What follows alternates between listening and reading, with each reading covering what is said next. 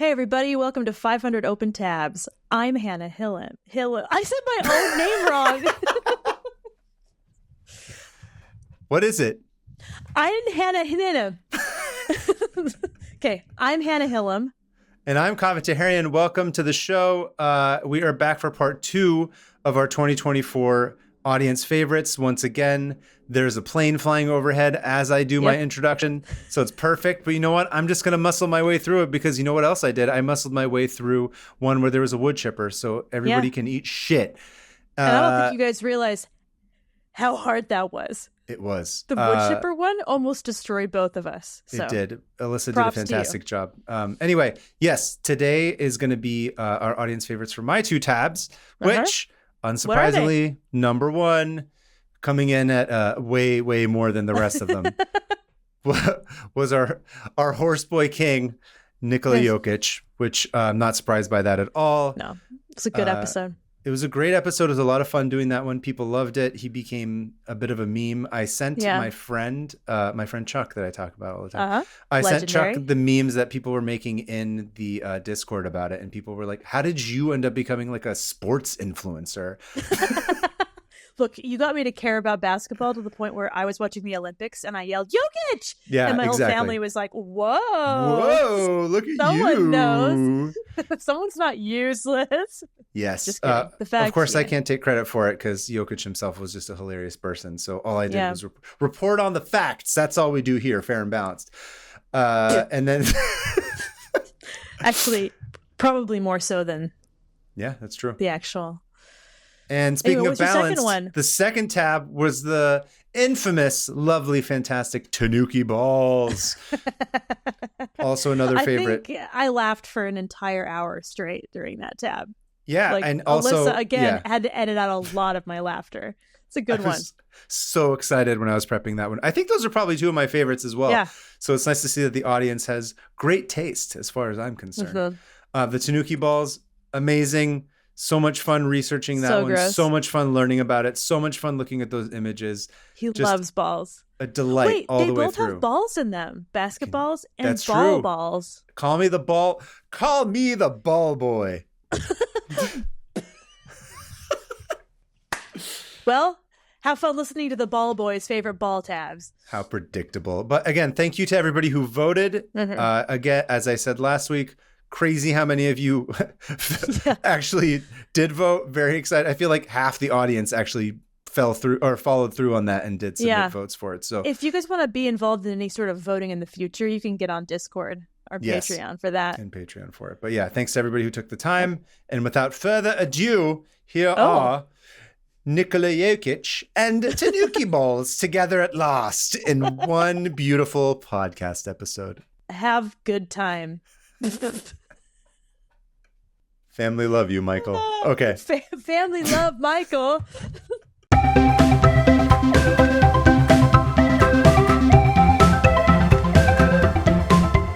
My tab is a New Yorker article written by Louisa Thomas, and it's titled, How Nikola Jokić Became the World's Best Basketball Player. Interesting. Okay. Right. Never heard of this guy. So I figured you had probably not heard of him. Yeah. He's a player for the NBA. Oh. So nice. I debated on this because I was like, first of all, I'm afraid of sports fandom because frankly, that's like the original toxic fandom of insane people. It's war replacement. It's pretty much being like, we can't kill each other, so you got the stats wrong. Like, I'm gonna murder you for and I'm like, I don't want to. I'm not trying to do this. I'm glad we replaced tribal war, but right, it's still scary. So I didn't, so full disclosure, like if you're like a sports person, like this is not for you. This is not like a sports thing. Like, yes, it is about an athlete who happens to be arguably the most who's the best athlete in this sport right now. But I was also just thinking, I was reading this article and I was like, man, I feel like Hannah would just think Jokić is really funny because he's really ridiculous as a human being. And I was like, I feel like you would love him.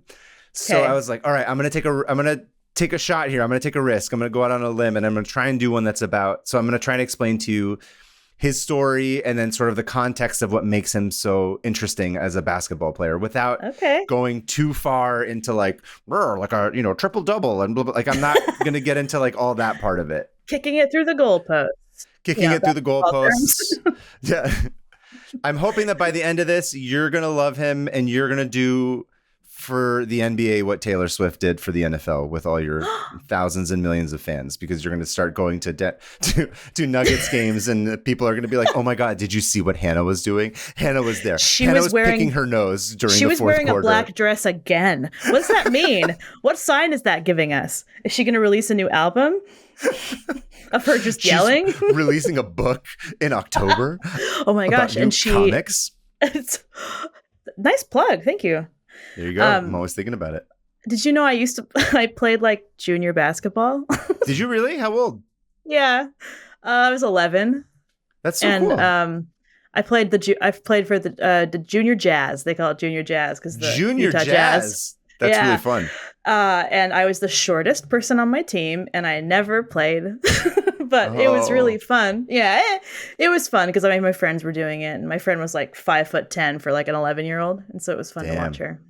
Anyway, I like watching basketball, and I did play it for a minute.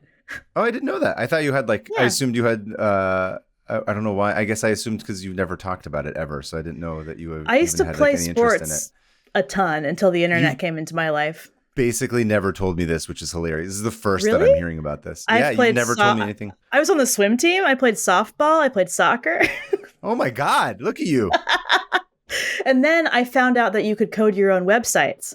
And so I stayed inside after that. And I made a Lord of the Rings fan website, and I never played another sport.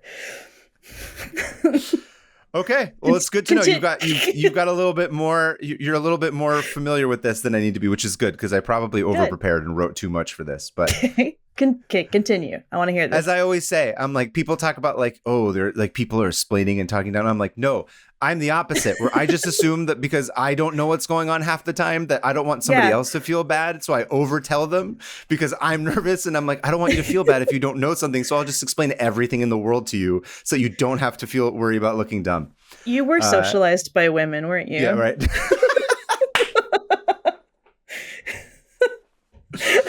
Anxiety. Anyway. Worrying about everyone's feelings. Worrying. Okay, so Nikola Jokić, so his nickname is the Joker, not because he's like a jokester, but just because his last name is spelled Jokic, and like one of his teammates was like, oh, I don't know how to say like Jokić, so you're just Joker now. And so people are like, he's the Joker. Jeez. Doesn't make any sense. But he is hilarious, but not because he's joking around. He's hilarious because I'll get into it. Okay, so he plays for Denver, which are the Nuggets, which is in Colorado. The Nuggets? That's the Nuggets, the Denver Nuggets, yeah. Because of the gold or whatever. So, but he's originally from Serbia. And in Serbia, he grew up in a cramped 2-bedroom apartment in Sombor, and he had housed 3 brothers, 2 parents, and 1 grandmother. Oh my gosh. So he's basically just short of 7 feet tall, by the way. Dude, those Eastern European countries make some tall people. Seriously, especially in that area too, like in Serbia and stuff. They're all huge. So you can imagine what that's like, having like 3 brothers who are like 6'5", all living in like a 2-bedroom apartment. And apparently their dad was also huge. I think Nikola is the tallest out of everybody, but they're massive, just like a massive family living in big men living in like a tiny apartment, but they were close. And he grew up with 2 older brothers, and they both were also very good at basketball. One of them like kind of was on his way to becoming like a professional in the States, but he came and like met some other dude that was close to them in their town, and who was sort of like he sort of was up to no good and like didn't take it seriously. So he sort of burned out like a little bit. Aww. And they're also a few years older than him. I think they're about 10 years older than him. So he basically grew up with like these like semi-professional basketball player older brothers who just like mercilessly like kind of like were big brothers and like beat the shit out of him and like harassed him. As like an oldest, stuff. Sounds about right. Yeah. And of course, so they all loved basketball. And in this little like 2-bedroom apartment, they all played like full contact basketball with like a little indoor hoop. That sounds insane. Okay. It is. And I apologize. I tried looking up the names. A lot of this, it was like harder to find a proper pronunciation guide for all of them, which I usually like to do. But so his brothers' names are Strahinja and Namanja. Again, I apologize if it's wrong, but they were very aggressive with their kid brother, but they were also protective of him. Basically, like, a bunch of crazy boys. So Nikola has, this is my favorite. Nikola has spoken fondly of a day when Strahinja threw knives around his head because he refused to climb a tree during a picnic. That's the most older sibling thing I've ever heard. It's like, I'm going to end your life if you don't do this. Yeah, throwing knives at his head. He's just like, man, I miss the good old days of having knives thrown at my head. Okay. So at this time, so he's younger. He's born in 95. So he didn't watch any, again, because we're old now at this point, don't forget. So he's born in 95. He didn't really watch any games because of the time difference, because it would have been like 4 a.m. or something at the time. But around the time that like YouTube became a thing, he became obsessed with watching clips. So he was watching all these clips of like Magic Johnson, Larry Bird, which I thought was like, what's his full name? It's Larold, probably. Larold Bird. Larold Bird. I think it's just Larry, but I was like I just think of like, when you think of Harry, it's Harold. So why wouldn't he be Larold? Oh, I want him to be Larold. Anyway, so he basically watches these guys. He becomes obsessed with them, and he becomes obsessed with like studying them. Yeah. And it sort of starts to cement his skills in the game. And of course, don't forget, his older brothers are like, they're dunking on him. They were professionals. They're throwing knives at his head. He's watching YouTube. He's got to dodge those knives. He gets really good. Yeah. And he's like playing in these young people leagues, and he's doing very well despite his frame. And so this becomes a thing that's like very unfortunate, but like it's going to be a thing that they keep making fun of him for like most of his life, is that he's like, and this is the NBA, by the way. This is not like progressive politics where they have like, they're not like, they don't have very like forward thinking ideas. They're just like, merciless. This fat kid. Yeah. They just keep calling, every article is like, this fat kid from Serbia grew up to become a champion. Man, he was so fat, running around being fat. Why is he so fat? Every article. Fat. Merciless. Poor guy. And they're fat shaming him constantly. But the whole thing is like but this is part of what's like so funny about him, is that like he doesn't look like a regular basketball player the way you think of them, of being like shredded and big and buff. He's sort of like this weird, and like I looked at the picture of him when he was like 10 or 11, and I'm like, that is exactly how I looked when I was 10 or 11. Just Hold on, I need to see this. This weird, like your body fat is distributed in a very strange way. Like you haven't grown into your body yet. Oh yeah. Oh. Right? That's what everyone thinks. Oh, he was just an awkward big kid. Yeah, he's just an awkward big kid. But he's really good at this time. Like it's the one thing I keep seeing like in all the articles that people are like, he's a high IQ player. So it's like, he's probably a little bit more cerebral than everybody else is the way they're playing. So it becomes interesting because he's somebody who ends up sort of compensating for the fact that he's not like jumping 10 feet high like Jordan and like flying. And he can barely like, and he like runs out of breath. So he has to sort of use his head the way he plays. So it becomes really, he develops these skills. So this is the part that you're going to love. So around 13 or 14, right? He's balling. Things are going well. He's starting to get noticed and he's showing potential. And then one day he falls head over heels in love. Okay. With horses.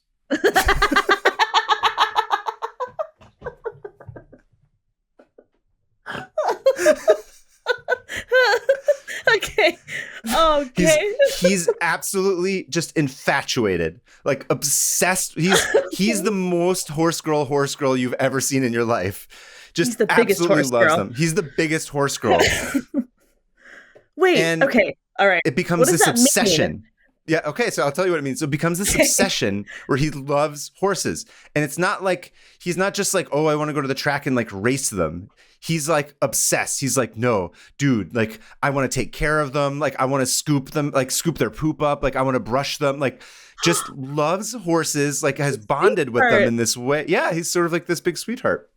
Oh. And this is my favorite quote. And they ask him, they're like, what do you love so much about horses? And he goes, I like the smell of them. The best feeling ever is when you feed them. That is the purest thing I've ever heard. I know.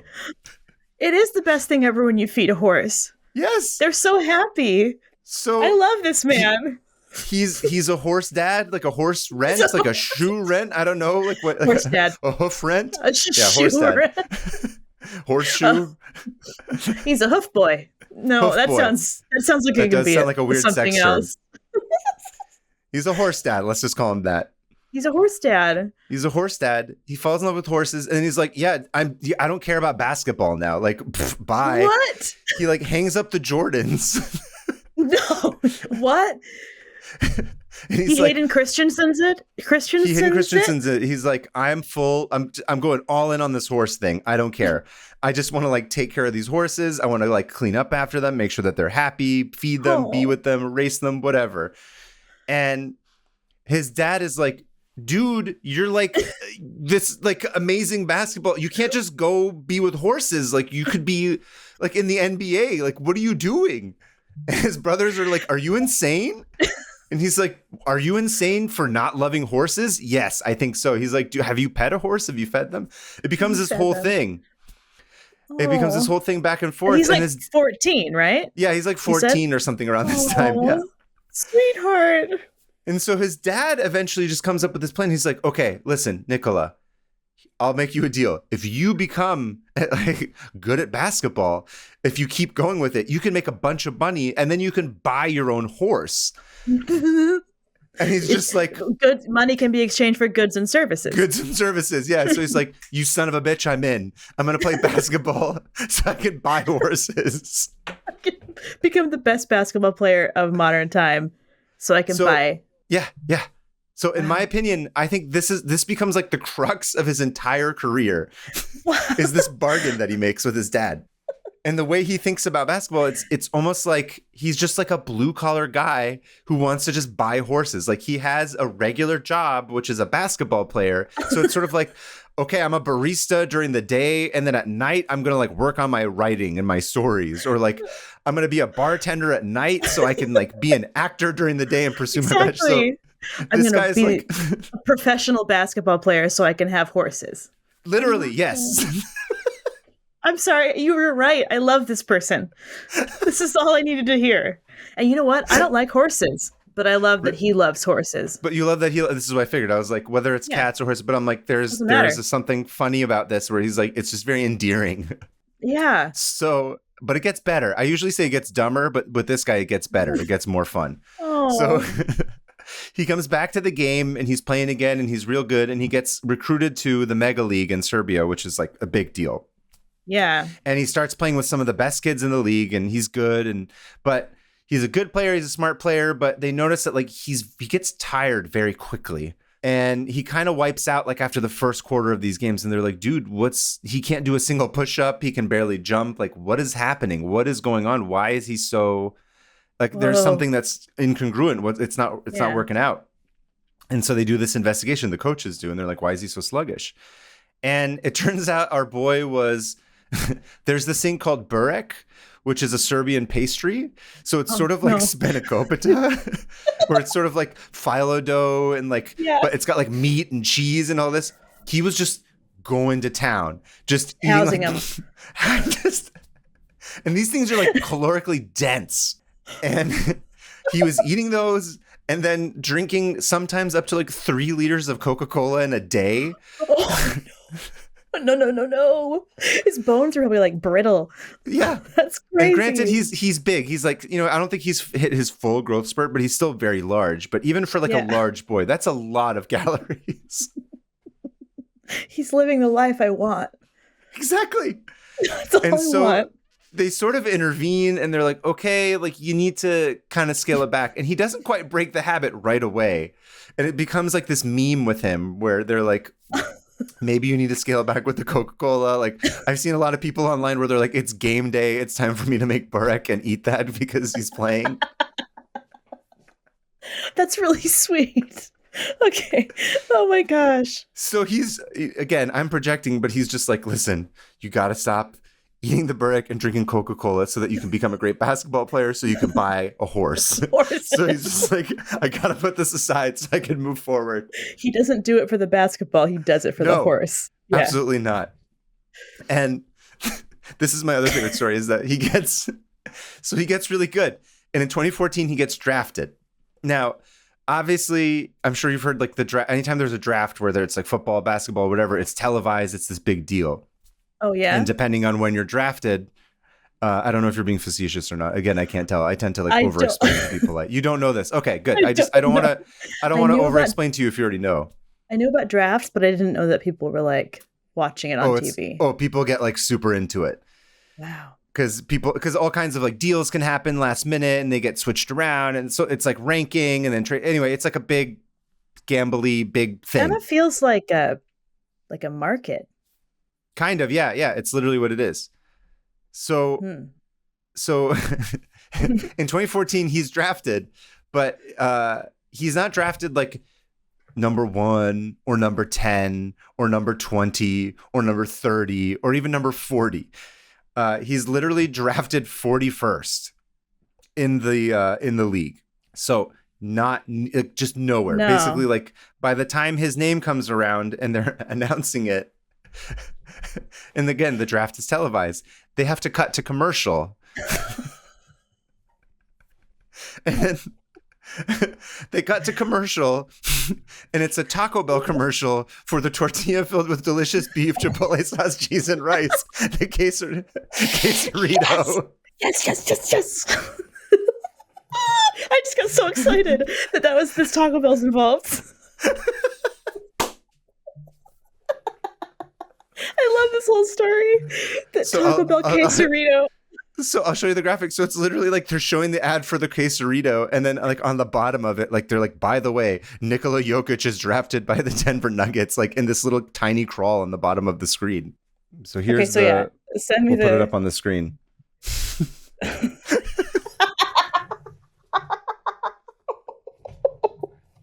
So it's a quesarito, and underneath it is the little bar that has like his name and Serbia and like the draft stuff. This is amazing. If I were him, I would be like, yep. Yeah, no, okay, so if you're him, you're like, you'd think, a normal person would be like, I'm very upset, like I've been dishonored, like all this stuff. Nope. You know why? Why? Because he's asleep. Because he's in Serbia. And he's like, I'm not staying up for the draft. I'm going to go to bed. I got to go like play with horses in the morning. I don't have time for this. So there's a story of his brother like calling him and just being like, dude, you got drafted for the Denver Nuggets. Aren't you excited? He's like, huh? I'm asleep, and just sort of like hangs up.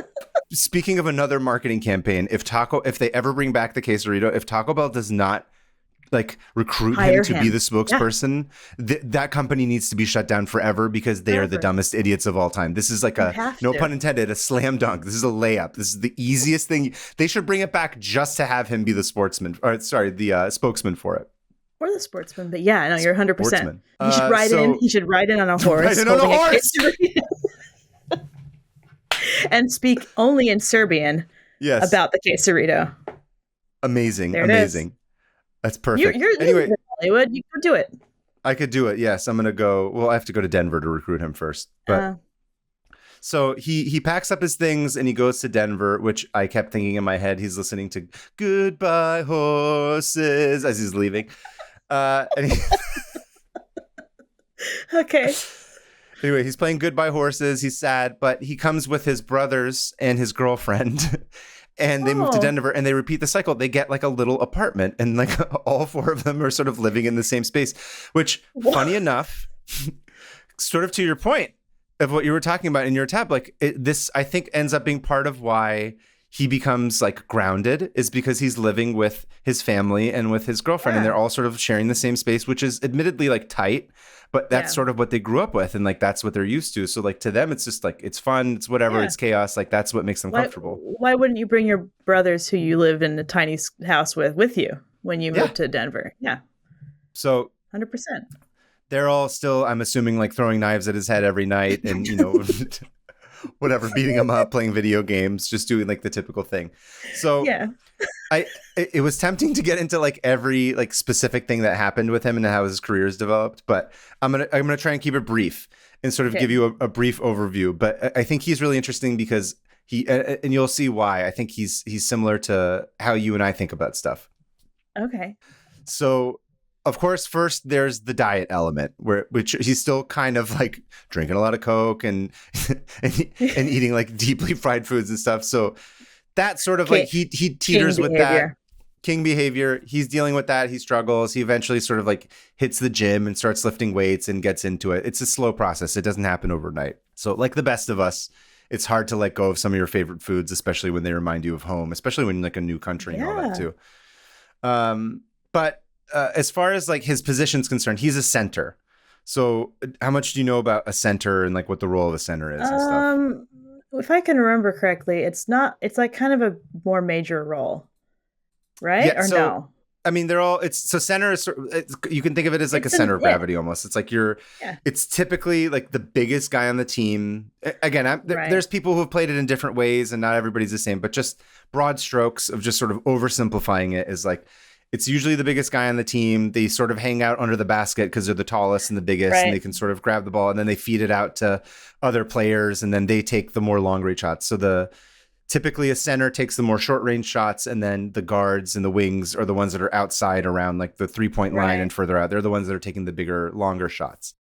Okay. Vast oversimplification of it, but that's generally what a center does. So Shaquille O'Neal is sort of like the person that everyone, like from our generation, like he was the most famous center, like huge, terrible at like shots past, like directly under the basket, but good at being tall and dunking. Good at being tall and dunking, and his size, like, what was Michael Jordan? Sorry, I was too into Beanie Babies to notice. Michael Jordan was literally everything, right? Oh, was he? Okay, you could literally say anything to me and I'd be like, yeah, okay. Yeah. But Jokić doesn't play like a typical center. Because he grew up in Serbia, and the Serbians apparently, like when they teach them basketball when they're younger, they sort of teach them this philosophy of like, you need to play every position regardless of like what your size is. So basically it's this really interesting thing that builds on another. So essentially he's like a generalist. So he can play point guard, he can play like the forward, he can play wing, he can play center. He knows what all the different roles are and like how each one of these people play those roles. And because of that, he has become like this really unpredictable player where he's like this like 7-foot guy who will like shoot a 3-pointer. And people are like, wait, what? Like a 7-foot person doesn't do that. That's not what anyone does. And it's, to me, I think about this as like, okay, well, you and I are sort of like that. Like we're generalists. Like we don't really hyper focus on like one specific thing, but it's an advantage when you sort of know how everything else functions. Right. And even though you're not necessarily like the best at it, you have a broad understanding of all of it. Yeah. It's like a jack of all trades, but with like basketball. Yeah. No, literally. Yeah. Like all these different positions. The reason we have this podcast is we really like a lot of different specific things, but nothing. Listen, Nikola, if you're listening to this podcast, you are welcome to come here anytime and talk as much about horses as you want to. We would love to have you. Whole time. We'll bring up horse tabs. It'll be great. Yeah. I'll try to like horses more. It'll be great. It'll be good. So you pair this. Horses. I like the idea of them. Oh, the idea of horses, the concept. Yeah. No, I'm sorry. So now I was about to say the idea of horses. So you pair this with, he has what seems to be some insane vision. Like he has really crazy peripheral vision and like can see very far. What? So he has like this weird Hawkeye thing that people are like, how does he see so well? Again, I see this as like a fellow person who just focuses on like insane person who can see and hyper focuses on everything going around them. All the noises, all the colors, all the sounds. All the noises, all the colors, everything that's happening on both ends of the court. So because of this, and because he knows kind of what everyone's doing and like what they're up to, and he knows like what their jobs are, he's become this like very prolific and bizarrely creative passer. Oh, cool. What's interesting is that if you watch him, this is the funny part, is that if you look up videos of him passing or even shooting, he looks like he's about to fall over at any given moment. Like he's so awkward the way, and I mean awkward comparatively to like, normally you'd have like, oh, Kobe Bryant like has this like perfect swish in like form. This guy looks like he's picked up a basketball for the first time in his life and he's throwing it. It's the most bizarre thing you'll ever see. I'm excited to watch. And it just goes like, whoosh, it's like a swish. Or he'll do this like passes where like he looks like he forgot that he had the ball in his hand and like it slipped out. And then suddenly it's like on the other side of the court and his teammates like dunking it in. And it's become this whole thing where like everybody's like, what the hell is this guy doing? I have no idea what's happening. And yet like everything he does seems to be like this weird anticipation about like where someone's about to be before they even know that it's going to happen. He's got like a superpower. Yeah. And again, he's not like jumping high. He's not like dunking like all huge and like flying in the air. So he just sort of is like, yeah, I don't know. I'll just like throw it this again. It looks like you're throwing it away in the trash, like something like behind him. And it ends up being this pass. And it's totally confused everybody. All he's thinking about is horses. It's like whatever gets the job done. Goodbye, horses.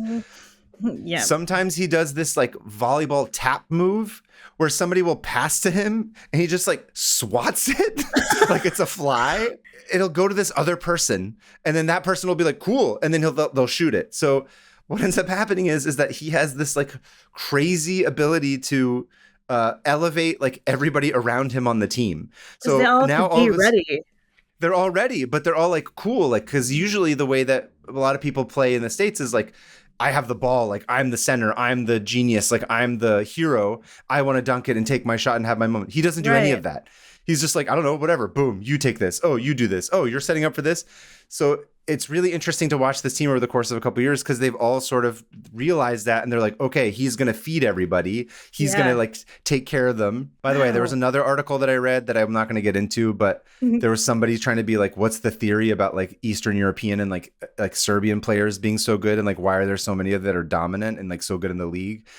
And somebody had this theory that they were like, well, they grew up in in the communist country. So like they're thinking about like the will of others and they're not necessarily thinking about the individual. So it makes them very good team players. It turns into communism actually kind of works in that one way. Yeah. They're sort of deferential in that sense. Yeah. Because it's not about individuality. It's about how to lift the entire community up or whatever. It's just like, it's about scoring the most amount of points. It's not about you being the best. Yeah. Dude, that's awesome. And then one more thing I'll say, this is the last technical bit that I'll talk about, but I thought this was really crazy because somebody pointed out, or I guess there's like a theory online that people talk about where they say he sort of is like a water polo player, but on the basketball court. Oh, interesting. Which, again, the Serbians and the Eastern Europeans, just absolute beasts, so good at water, like they dominate at water polo. They're excellent. Really? They're really good water polo players. Yeah, they're big. They have really long arms. Right. They're in the water a lot. Whoa. So, which is funny when you go and watch him, like the way he holds the ball and he palms it with one hand, he holds it a lot of times like he looks like a water polo player in the water. What? And so he's done this thing that he's sort of popularized. So yeah, so they're like so apparently like a lot of kids would just play when they're younger. So he probably just like played a bunch of water polo when he was a kid and it sort of seeped into his brain and he's like, oh, this is sort of like water polo. Like it's a ball. I'll do this, whatever. Fine, sure. And it worked. So he's like this very weirdly creative guy where he's just like pulling from all these different ways that like other people aren't thinking about. And he's just sort of like approaching it in this very like practical, like this is my job. I'm just trying to get as many points as possible to win these games. And I get a little bit of, I wouldn't say inside baseball, inside water polo, I should say. So one of the crazy moves that he does is normally when someone gets a rebound, the first thing they'll do is they'll sort of pass it off to a player that's right next to them when there's a turnover, and then you dribble the ball and then you come to the other side of the court as your team is setting up like different plays. What he does, which is very common in water polo, is like he'll take the ball and if he sees somebody on the other end, he'll just throw it one-handed like all the way across the court. That is water polo. Right? You've seen this before. Like in water polo players, that's what they always do because they look for the breakaway and then you come and then you fake the goalie out and you shoot. He just does that. And so it's really bizarre. It's unlike anybody else I've seen. I want to go watch a video right now, but I can't. But I want to watch one right after because I'm fascinated to see this. Yeah, I thought I would send you the video, but then we'd end up watching it for like 10 minutes. And there's so many. And by the way, my YouTube algorithm has been like radicalized into thinking I'm only going to watch all NBA clips. Admittedly, I watched a lot of them. That's like me with 9/11. Yeah, exactly. I watched 2 9/11 clips, and now it's like, do you want to see this whole story about this person losing their leg? And I'm like, I just want to watch Ryan Gosling sing the Ken song. So yeah, my YouTube algorithm is Ryan Gosling at 9/11. So that's pretty good. Sure. So I'm going to bring it back to a Hannah fun fact. Jokić seems to get scratched on his upper arms more than any other player in the NBA. Why? By the end of each game, his upper arms are covered in claw marks, some deep enough to draw blood. What? In 2019, he told ESPN, "I lead the league in scratches. I'm always bleeding. I'm used to it." Okay, wait, I gotta look. I'm looking at pictures. What? Why? Who's scratching him? I think he's just like, I don't know. He's just like just tall and in the way. Just and tall and just bumping into people and doing his thing. Here's my other favorite thing. So there's this guy's guy. Insane. He is. There's this other guy. His name is, again, I apologize. I think it's Miško Raznatović. So he's the basketball scout that was in Serbia that brought him to the mega league. He's sort of the guy that discovered him and like kind of gave him his big career.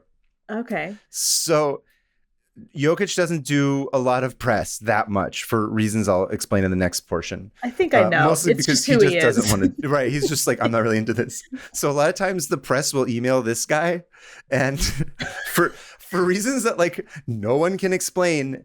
And I've seen interviews with him. He's like a very like well put together, like slick, handsome guy. And he's like a businessman. He's like very cool. But for whatever reason, he responds to emails in all caps. So every time people will ask him a question, he writes it back in like half broken English in all caps. So like it looks like he's screaming or something. Yeah. It's just like I'm the basketball raccoon. Why did that the only thing I could think of, like a raccoon writing in all caps? That's how it feels. So like the response was, I have no real explanation besides the fact that his skin is very sensitive. So I'm going to go to the last section, which is like a couple little quotes from him. So he says, they asked him after they won the title, because Denver is like the top seeded team and they've been killing it. So they asked him. Oh, are they? I didn't know that. Denver. Oh no, they won last year and they'll probably win again this year. We'll see. I only know about the Golden State Warriors. The Warriors are good, but they're not as good because Jokić he's the beast. Like he just kills it every time. He's real good. He's really fun to watch. Okay. But so when they first got into the playoffs, right? Because normally if you don't make it to the playoffs, your season ends earlier. Okay. So they're like, oh, once you got into the playoffs, they're like, is it the most fun you've had since you started in the NBA? And he goes, no, I think it's actually the opposite. And they're like, why? And he said, because we played an extra 2.5 months. This guy, it's all a means to an end. He's just like, this is my job. All right. This is my favorite clip of him. I'm going to send this to you because you have to watch this. Okay. So after he won the championship and he kind of couldn't get out of it and he had to do his press conference. Actually, don't read the caption, just open it. Okay. So they're so before you watch it, they're like, okay, like, you won. It's like a big deal. Are you really excited? There's going to be a parade for you on Thursday. Basically, they're going to like throw a parade in like the team's honor. Oh my gosh. Okay. And so they're like, are you excited? Like, how do you feel? So normally it's like, I'm going to go to Disneyland. Like I just won the Super Bowl, etc. But like, watch this clip. It's quick. Okay. So I'm curious what you are feeling right now. And if you're looking forward to a parade coming up in Denver. When is parade? When is parade? Thursday. No. I need to go home. Okay. I mean, When is parade? Thursday? No, I need to go home. He buries his head in his hands. He's so upset. He doesn't even hide that he's deeply disappointed by this news. I have to go home to my horses. I have to go home. Which I'm like, how many times have you felt that exact? I'm like, this is perfect. All the time. Yeah. He's like me. I feel like I have like a kinship. By the way, post follow up to that, he did end up going to the parade and he got drunk and he had a good time and he good was for like him. laughing and he eventually succumbed to it. But That's always how it goes. You're like, I don't want to go, and then you're there and you're like, I want to stay home. I'm already under my blanket. glad you made me go out, kind of thing. Or he's a really good actor. I don't know. But there's all these clips of him being like, no. There's all these clips of people being like, are you excited? And he's like, no, I did my job. I'd like to go home now. I love him. He's a total meme within the NBA. So I'm going to end this story on a happy note. So to find him at his most comfortable, you have to follow him back to Sombor, which was the city that he was from in Serbia. And you have to meet Dreamcatcher, which is the racehorse that he finally purchased, fulfilling a childhood dream. Dreamcatcher. And they asked him about it, and he makes says, me want to cry. he says, I buy a friend, as they ask him. And he says, he doesn't talk, but we can talk, you know? This man is a gem. He's a gem. He needs to be protected. He needs to be protected. I love him. This is the last little fun fact. He says, when he's at home, he still cleans the stalls at a friend's stable. This man is an NBA champion, and he still cleans the stall for his friend. Okay. When they asked him what he'd be doing if he weren't an NBA player, Jokić said, I would be a stable boy. With the utmost sincerity. What a solid man of the people right there. He's great.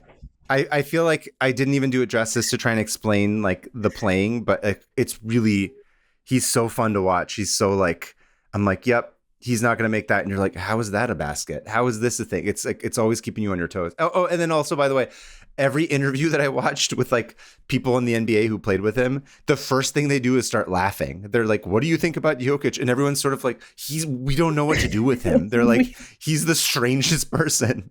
Here's my new theory. My new theory is he's a time traveler and he accidentally stepped through a portal.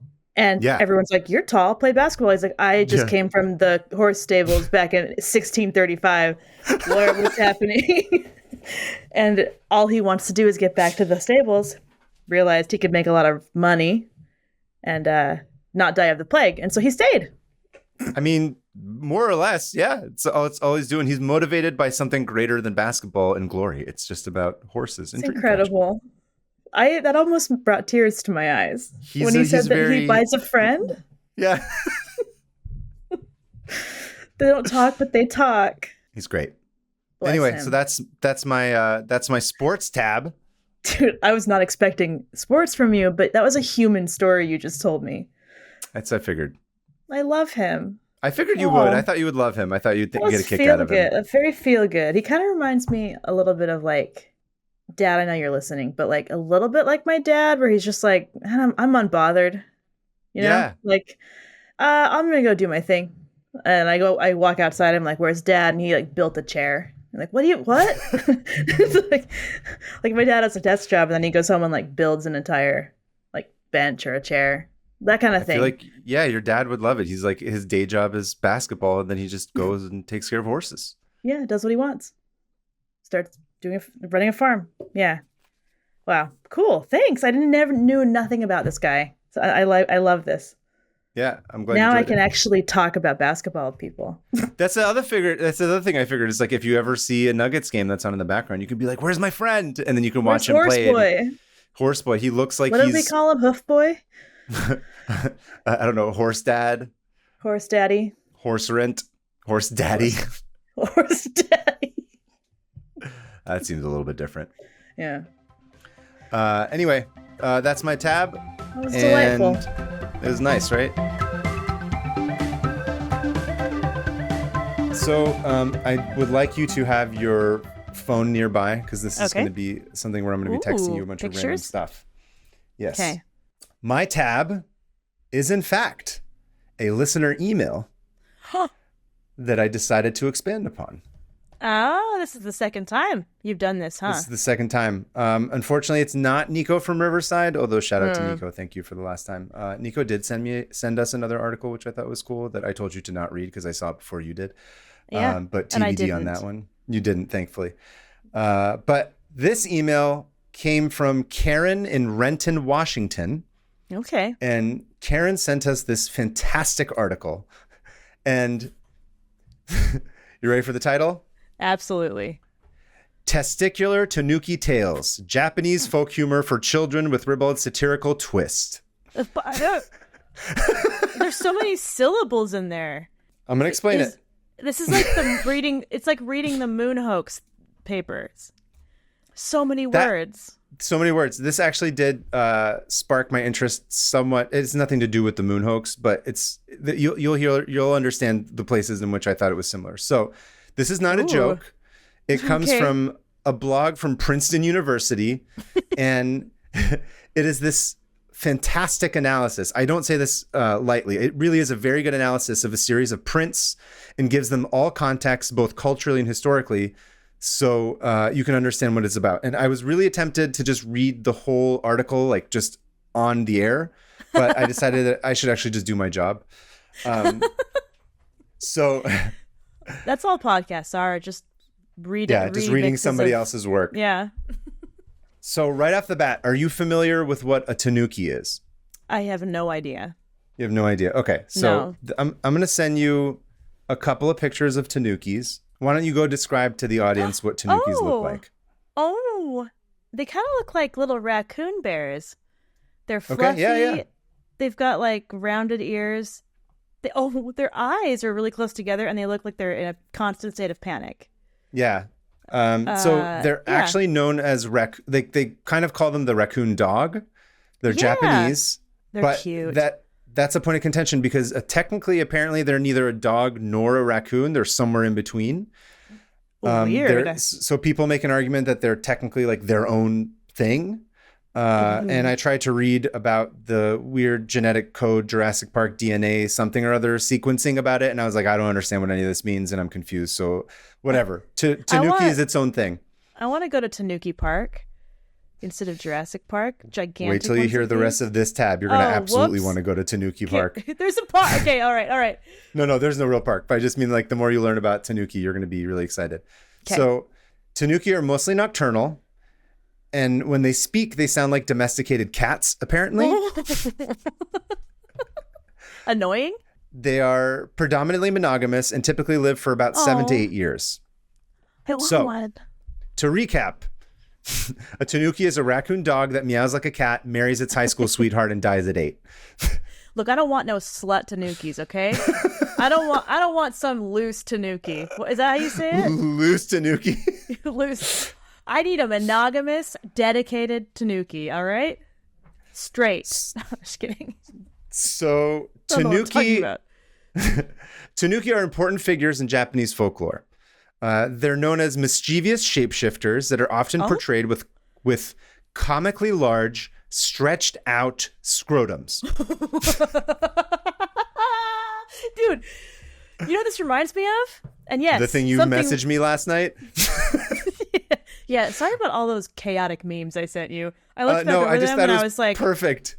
No, it was really funny. I wanted to respond to you because I was like, oh my God, you don't even know. Just so you guys know, Hannah sent me like an AI video of Yoshi from Mario Brothers with ball sacks, with giant balls. That ties into this tab. Weird, we're on the same wavelength. And then you looked at it right before bed, and that made me really happy. I was like, I hope this is the last thing he sees before he goes to sleep. It was. But this reminds me of my pet rats. That's a whole different story, but I had a ton of pet rats at one point in my life. And the male rats, once they're comfortable with you, they just let their ball sack out. And it's gigantic. Like if it were on a human, they'd be like cantaloupe sized. And my rat, I had a rat named Rasputin, and Rasputin had gigantic balls. Much like the real Rasputin, whipped his balls out everywhere he went. He did. Yeah, he really did. So my rat Rasputin, I would call his name, go Rasputin, and he'd run up my arm, dragging his balls along with him all the way up my arm, and then he'd nestle himself right here in my like cleavage. Clavicle? No, inside my cleavage. Oh, inside your cleavage. And I remember just being like, I could just feel that ball sack. This story was way cuter in my head. Okay. So that's what that reminded me of. So anyway, tanukis and the huge balls. But they're huge balls. And their nut sacks are not just for show. They're also magic. So within folklore and within the art, of a lot of Japanese prints, they will use them as parachutes, chairs, umbrellas, backpacks, blankets, weapons, hats, capes, and countless other useful accessories. Chairs? They're built in. I'm so excited. You have no idea what you're in for right now. I might be making a lot of like insane noises, by the way. And according to everything I've read, this isn't some like, oh, you shouldn't laugh at other cultural traditions and be insensitive. The Japanese are like fully in on it. And they're like, dude, balls are funny as hell. And those weird raccoon dogs that talk like cats have huge balls. And like, we love this. We're going with it. We're going with it. And furthermore, love that. Their testicles symbolize good fortune and wealth. I mean, yeah. So the Japanese term I'll tell you. So the Japanese term kintama, which means golden balls, plays into this.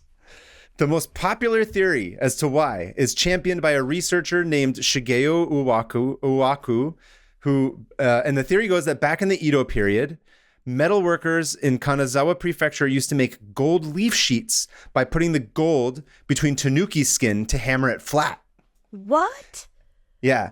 Okay. And because the skin was so durable, it allowed them to stretch the metal unbelievably thin. So they got good skin.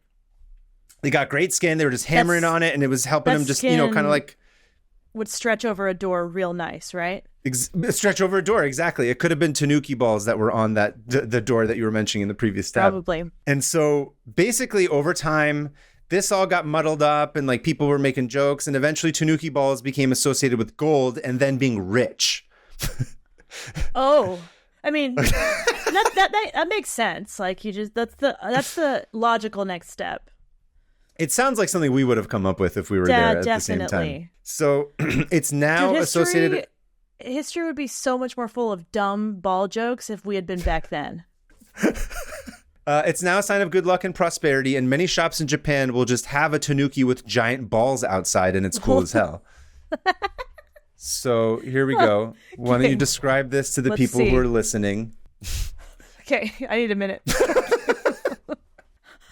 Okay, so it's almost like the style of a garden gnome. It's like a little ceramic figure, but it's got it's just this little bear thing holding a frog, sitting on its own balls, but it also has fully formed boobs. I don't know, man. It's got cute. A giant hat. This isn't cute. Oh, here's another one. Oh! Oh! Okay, so this one looks like it has just seen someone get shot. His eyes are huge and wide, and its mouth is gaping open. It's made of wood. It has a big old hat on. Still has those boobs. And this time, it looks like it doesn't even have legs. It just has balls. So, wow. Yep. Oh, we're just beginning, Hannah. We're just beginning. Oh, no. Karen, this is such a good tab. Oh, this one has a penis, too, by the way. I didn't see that. I was too focused on the balls.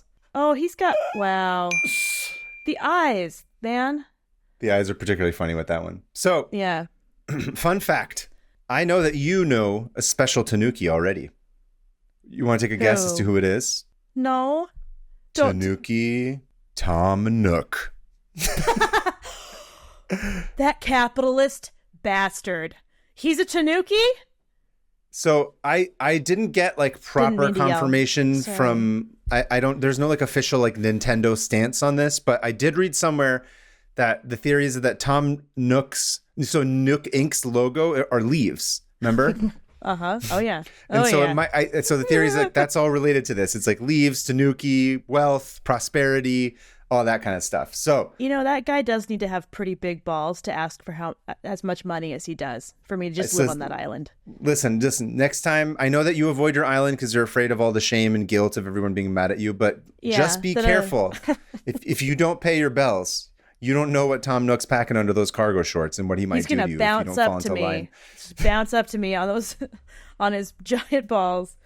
My head is so messed up right now with what I'm hearing. Like, Mel Gibson is Australian. Tom Nook has big old balls. I'm looking at something that should be cute, but it's not. As I always say, it's going to get crazier. It's going to get crazier. So Good. the article that Karen sent us concerns a couple of specific prints that were made during the Meiji era, which was from 1868 to 1912. Now, okay. until this point, Japan had very famously cut itself off from the rest of the world in an attempt to resist colonization by Western powers. I'm sure you already know about this. Many people know about this. Yeah. And when Emperor Meiji took over in 1868 and consolidated power, he was like, nope, no more. He flung the doors open of Japan to everybody and went hard in an attempt to modernize the country and make it a world power. You know, they embraced modernity. They were ordering all kinds of packages from Amazon. Everyone got into TikTok. They stopped wearing ankle socks. They're like, we're the cool new young kids now. They kept telling everybody that parting your hair on the side makes you look old and dumb, and it, Exactly. makes it really... They got rid of all their skinny jeans. They just threw them into the water. They burned them. They started using cool terms. Anyway, so this period is known very famously as the Meiji Restoration. Yeah, and I don't know how much you know about it, but it's a legitimately fascinating topic. There's like a billion podcasts about this. I think Dan Carlin did like a 1 billion part series, as he always does, for Hardcore History about it. Yeah. It's a really interesting period in time to learn about. And as far as like just, Western sort of points of reference that we can use, the most famous example is, do you guys remember, I don't know if you remember The Last Samurai with Tom Cruise, where he was like it's been so long. He was like the Civil War soldier that gets called back to Japan. He gets commissioned to come like teach them about.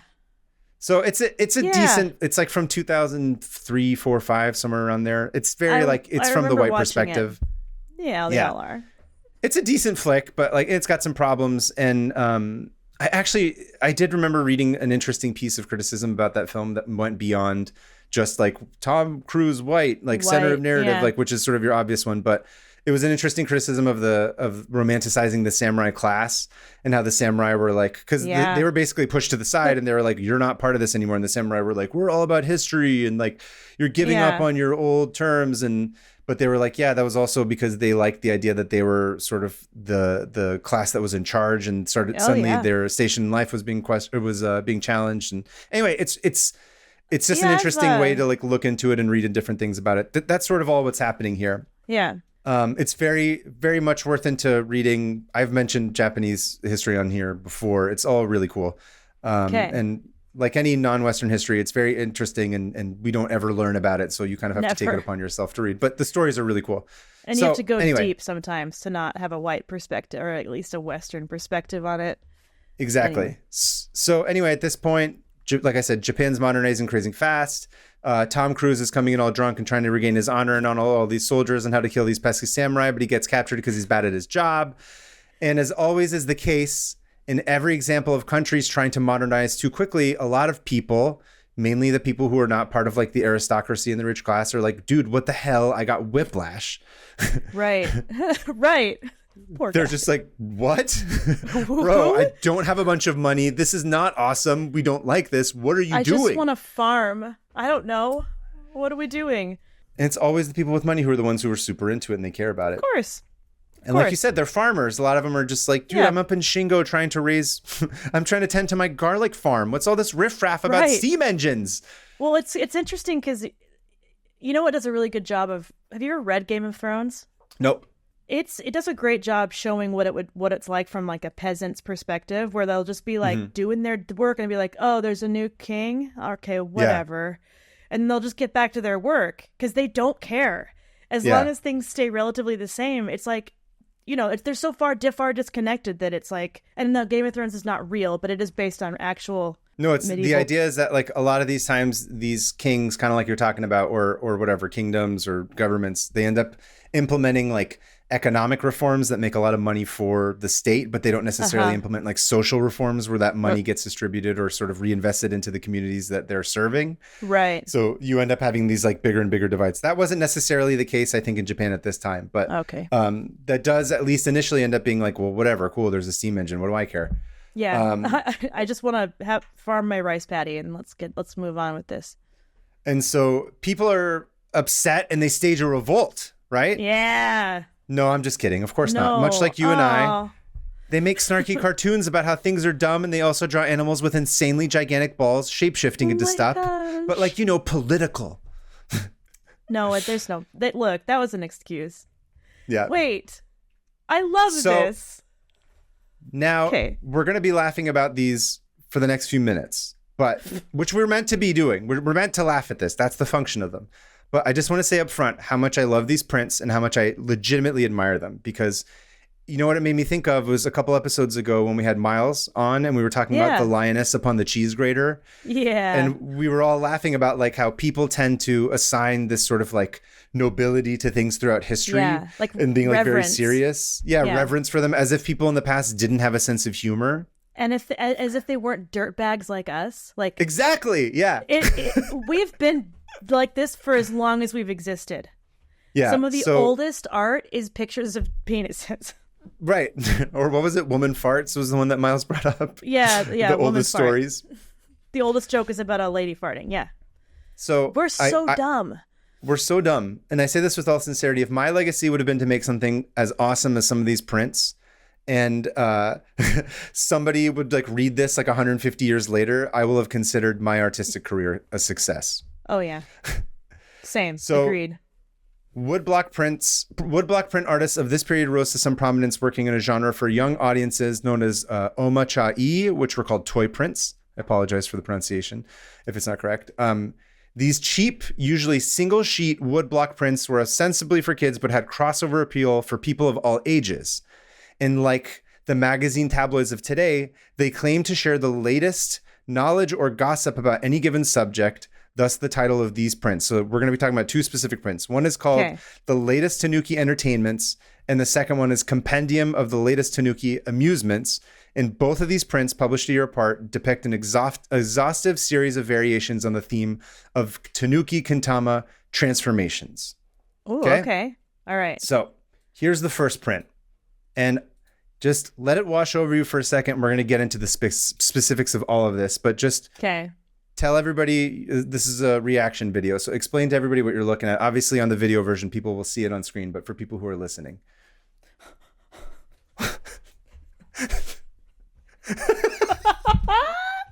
Oh no. Oh. Are these all balls? Is this all balls? Yes. This is all All balls. Okay. Okay. Okay, so I'm looking at here's what I'm looking at. It's like it looks like a grid with a bunch of different pictures, different cartoons. And in each one, it's like a comic strip, but each one it has these guys doing something different with their balls.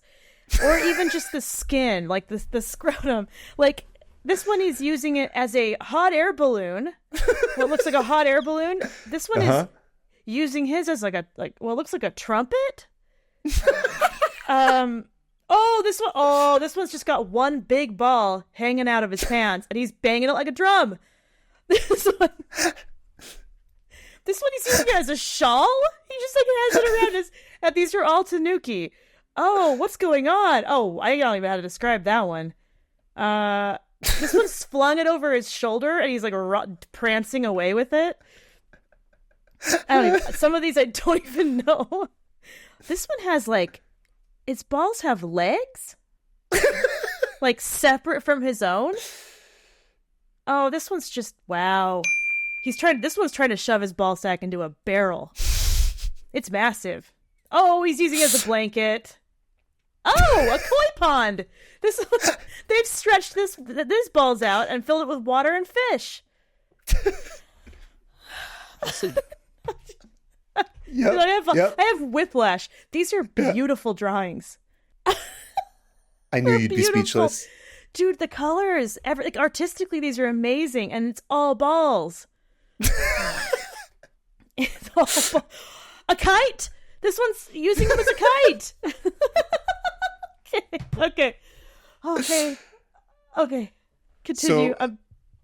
So remember, so the first print, like I said, it's Latest Tanuki Entertainments. The artist is Kobayashi Aijiro, and it's from 1884. So at first glance, you'd think, LOL, it's a bunch of Tanuki balls and it's hilarious, which it is. But there's actually more going on here. Explain. So I will. So the thing is, this literally is like the Simpsons episode, like a Simpsons episode of its day, because it's making homages to past arts and artists while simultaneously skewering the political and upper classes. Awesome. Okay. So the artistic inspiration for these panels come from an artist named Utagawa Kuniyoshi, who lived from 1798 to 1861, a renowned Edo period woodblock artist who popularized testicular Tanuki transformations, coming up with numerous variations on the theme. So the first image I'm going to show you, this is from the artist who was from like about 100 years before, from the Edo period, from Kuniyoshi. Oh, wow. What is going on? Oh! So let me explain this one while you look at it. I don't know what is happening. Okay, please explain. The image is a play on the Zen Buddhist koan, "How do you catch a catfish with a gourd?" And also the belief that a giant mythological catfish thought to cause earthquakes under the islands of Japan could only be controlled with the god Kashima if he placed a giant rock on its head to suppress it. So in Kuniyoshi's print, the Tanuki is placing its giant ball sack on the head of the catfish to stop earthquakes from coming and saving the day. We got to implement this in California. I agree. So why is he also standing on top of a different Tanuki? He's just like using him as a surfboard. I think they're just helping each other out. They're just like, I need to be like a stepladder of some sort because this catfish is so big. So in two of the panels of our first print of the latest Tanuki entertainments. Yeah. If you look at it. Oh, yeah. I was trying to figure out what this one was. It looks like he's trying to shove some... He's putting the ball sacks on top of the catfish. So they're trying to stop the earthquakes. So it's a reference to that like old Buddhist little story. And there's another one. Wow. This has like 5 layers of cultural, like... Right? You can't even... I would never understand. So the artist is literally, he's giving a shout out to like the olden days. Or so when I think of Simpsons, I think of like a lot of those old episodes would give references to like old movies and stuff as a way of like the visual reference point or the visual language that people would be familiar with. Or even just like the couch scene using different animations that pay homage to, you know. That little template. So there's more references in Kuniyoshi's work throughout this print, but critically to the piece are the clothing that a lot of these Tanuki are wearing. Kobayashi is dressing them in Western garb, which implies they're members of the upper and political classes, and they have fancy jobs or have traveled abroad and are taking on the costumes of Westerners. So if you look at, you actually pointed out a couple of them specifically when you were looking. Yeah. The one with the guy slung over his shoulder with the ball sack. Yeah. That's meant to be a postman with his with the hat and the outfit, and he's wearing in the pants. Oh, yeah. And then the guy with the ball sack on the drums. Yeah, that's my favorite one, I think. He's from like a Western style marching band. And then the one with the shawl, also wearing like a cool Western hat. That's just like a fancy person. So these wood prints are essentially taking aim and clowning on these people. And they're like, oh, cool, you're a postman? Have fun slinging your ball sack post office bag over your shoulder. Oh, you're a drummer in a Western style band? How about you drum on these nuts? I'm speechless. Amazing. I just saw another one, and it's this one is a boat. They made a boat out of the balls, and they're sailing away on it. So these are just like hilarious and awesome and a million times smarter and funnier than Young Sheldon, which is, I know, your favorite show of all time, but this is much funnier. I can't even handle that as a joke. That is, even the thought of someone maybe taking that seriously makes me want to die. I don't want to die. I don't want to die. I don't want to unalive myself. Okay. I understand. Anyway, so that first piece, it's a total of 36 different little panels. So it is kind amazing. Again, I as I always like to do on this show, I always mention shout outs to our, lineage or the people that came before us. So it's like you said, this is sort of like the comic artist of its day. It is. But it goes so far back, like way further back than anything. It's satire. Western. Yeah. It's satire. It's cartoonish. It's about balls, It's about balls. That's the most important thing. That is the most. It's all I can kind of only see that. I think that's what you're meant to. Yeah. Oh, there's one more. Okay, so just a couple quick little references. So there's this little trio, like you said. There's the boat. There's the person with what did you say? He was like fishing with them. Yeah, like a fishing net made of ball skin. Made of ball skin. So this goes back to Kuniyoshi. So this is the print that it's referencing. That is a heightened version of this, where it looks like 4 of them together, or 4 of these Tanukis together have one giant ball sack that they're fishing with, but it's from the Edo period, so it's like the previous period of it. This is my favorite one so far. They have all taken out their shared ball sack and made a huge fishing net out of it. I'll never do that. I'll never be as how come I We'll didn't never do top this? this. I'll never top this. Oh, what's this one? This one is Oh my gosh, what is happening? it's like it's raining, so they're just covering their heads as a way to stay dry. Is it one gigantic ball set? Oh no, they each have their own gigantic. Okay. Wow. I like how there's like hair on them too. Like these aren't like accurate. Cutesy. Like they're hairy. They're hairy. Okay, so that's the first print that's covered in this article. Okay, so next up is Compendium of the Latest Tanuki Amusements by Kuniaki from 1883. This one, we'll get into the specific panels, but why don't you explain the difference between this one and the previous one for people who are listening? Okay. First of all, different art style, but also, interesting. They're a little bit more animalistic. Like these guys are actually shaped like animals. The other ones were like humans with Tanuki heads. Mm-hmm. Oh, he's riding his balls like a bike. Okay, Unicycle. I gotta take a second to absorb. Hold on. Okay. So just for people listening, both of these have, they basically have like three colors. Primarily, it's like a yellow, blue, and a red, more or less.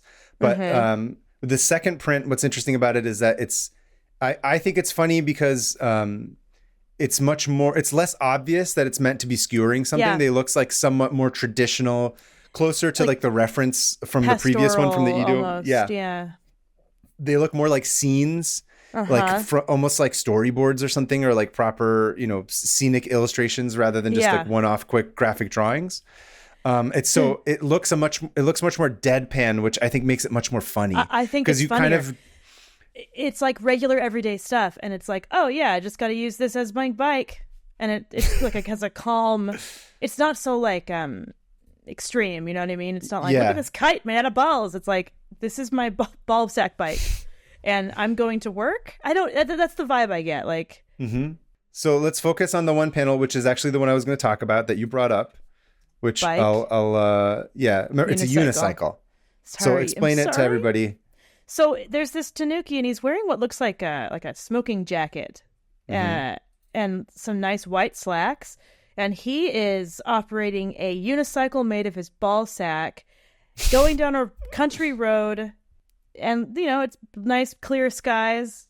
There's some nice bushes in the background. There's a flag in the background. There's a flag that has some writing on it. So apparently, the red flag on the background of this particular scene, it says Gianiku, which means beef.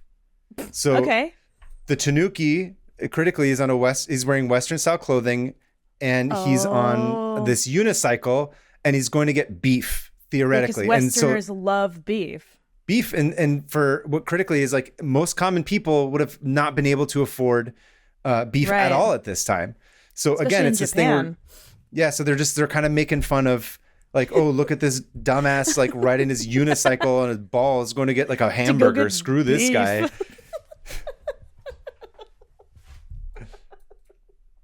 Give me a second.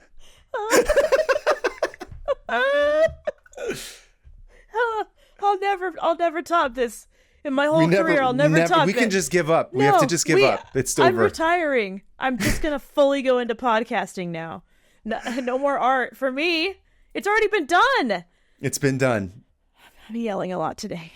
So this one's my favorite. Okay. And okay. What is okay. So this is a guy.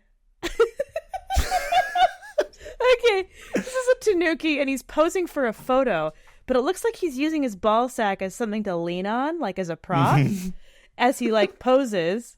And then there's the cameraman Tanuki, and he has draped. Those old timey cameras with you to put the cloth over your head. Yep.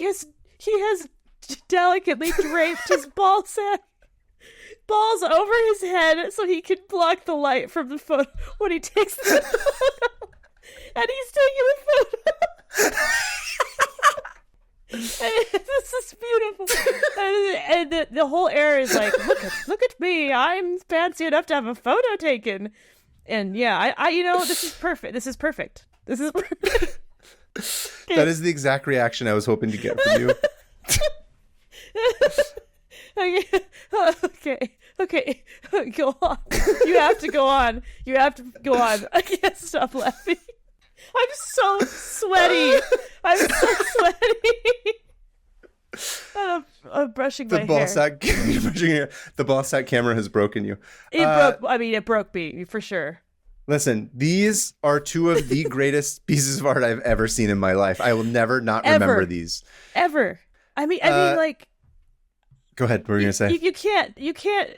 I already said this, but you can't top this. Like. So, okay. Lastly, so this article sort of goes a little bit more in depth into this. But again, shout out to our comic ancestors. But lastly, I wanted to briefly discuss Tanuki train legends because there's trains in this? There were train boys here. Love trains. I'm a train boy, Janice. There's no artwork for this, but this is just part of the Tanuki like Meiji period. So I love a train. I know you do. So in many parts of Japan during the Meiji period, stories emerged about train operators who claimed to hear the whistle of oncoming trains, only to find that the train would suddenly disappear in the moment of contact. And later when they went to investigate, there were almost invariably one or more dead Tanuki on the tracks. Oh. People essentially, and these stories continued for a while, like well into the 50s, I think, almost is what I was reading. And so they were just like, oh, like they're tricksters. They're just making the sound of other trains come in to like throw off the train operators. And they sort of became like this symbol of resistance. But according to Michael Dillon Foster, who's a professor of Japanese at UC Davis, there are many allegorical interpretations of the tale, from industry versus the environment to the foreign versus the native. I was going to say that feels like old school versus new, like exactly the old ways versus this new technological advance that people aren't comfortable with yet. These tales can be read as the forces of traditional Japanese views taking a stand through the use of deception and Tanuki magical powers of old against the forces of industrial change and modernity, and ultimately, tragically failing. That the Tanuki is overpowered and killed by the train symbolizes not just the futility of opposing the advent of steam trains and industrialization, but indicates the acceptance of that futility, enshrining it in a folk tale. I feel that. Yeah, I very don't know much why, so. But like, you know exactly why. I'll give you one quick reference. So the American equivalent I thought of when I was reading that was do you remember the story of John Henry? Yeah, the railroad guy, right? Yeah, the guy who was like, there's like a digging machine that's like coal powered or industrial, and he was like, I can dig faster than you, and he's just sort of fights it, and then he wins, but then he dies at the end of it, right? Because like an embolism bursts in his head or something, right. And it's like this symbolic victory of like how humanity and people can win over machines, but still like the march of progress and of industrialization continues. Stops. It's sort of a similar thing. That's happening around a similar time. It's almost like an acceptance. Like it's like I'm gonna take control of this story by being like these little testicled raccoon dudes are a symbol of our culture, and it's gonna try its best to stop the train, but it will die. And at least I have the story. At least we're in control of the story. You know what I mean? Like Also, it's like a weird acceptance, like grief. It's like grieving. Mm-hmm. I think it's really, really fascinating. It's really interesting. And in terms of modern day parallels of what you were talking about, is the thing I kept thinking about is like the battle within our entire industry and like our mind, and every convention we go to, it's like AI versus people. Like, can you make art or is like the machine going to do it for you? And it's like, no, we're still good. So it's like about the human spirit versus the machine coming in and industrialization or technology. Fighting. Man. Right? Things are about to be super different and I don't like it. Not unless we use our ball sacks to fight the resistance. Should I just pull my ball? No, I'm not going to go there. I'm not going to go there. Last point. Pom Poko, which was a Studio Ghibli movie. Have you seen that movie? Oh, long time ago. It's one of the weird ones that doesn't really get airtime or doesn't really. So it's not directed by Miyazaki, but here's a screenshot from it. Oh, now you will understand what it is, right? Oh, I don't remember who directed it. And then it's his. Oh, ball sacks. I'll read you the summary. A community of magical shape-shifting raccoon dogs struggled to prevent their forest home from being destroyed by urban development. And a lot of places that I was reading about it, they reference it as sort of a modern example of the Tanuki. And so maybe that's one thing that we can watch one day on this imaginary watch party that we're never going to do. But Never. we keep saying we're going to do it. But I would love to watch this movie. I think it's really exciting to see Full of it. empty promises, you guys. I don't know if you guys know this. I think you all do, but Anyways, though, but a huge thank you to Karen from Renton, Washington, who at the end of her email wrote, they wrote a PS and they wrote PPS. My girlfriend has rolled her eyes so many times at me during the time I've been writing this email. On the clock, too, as my own small mischievous act. So she's keeping the spirit of sticking it to the man alive. And for that, we salute you, Karen. Thank you. I love these raccoon dogs. They are a symbol of resistance. They are a symbol of... They are anarchists. I love them. I know. I love them too. There are so many more pictures I was going to send you, but then eventually this podcast would just be, if someone's listening to it, they're like, it's just listening to Hannah laugh at pictures that I can't see. But for the video people, maybe we should just do like a cool slideshow at the end of the episode with just balls nonstop. Just balls on balls on balls. I'm just going to send you this one last one. Okay. I want as many as you have, but I know, there are a lot. But this is the last one. This is the one from the Edo period, and it's just them like at the gym. They're like weightlifting their. It's leg day with balls. It's leg day. They're weightlifting their own balls. Okay, Eileen, I'm sorry. Just one more. Yeah, This is the last one. This is the last one. Okay, what's going on right here? Okay. It's the shop signs. They don't have shop signs, so then they're just standing above the shop, and their balls are the signs. Yeah. They're. This is absurd. I think this is my favorite one that you've done. I think. Don't thank me. Thank Karen. I know, but you delivered it. Thank you, Karen. That was. I had so much fun researching this. This is so great. And honestly, that article is fantastic. Like, it was such a great, it just contextualized it so wonderfully. And I really appreciated it. Thanks, Karen. Yeah. Anyway, so that takes us Kaveh. to that was where we need so to. Funny. Yeah. I knew you were going to love it. I knew you were going to have a meltdown. I loved it.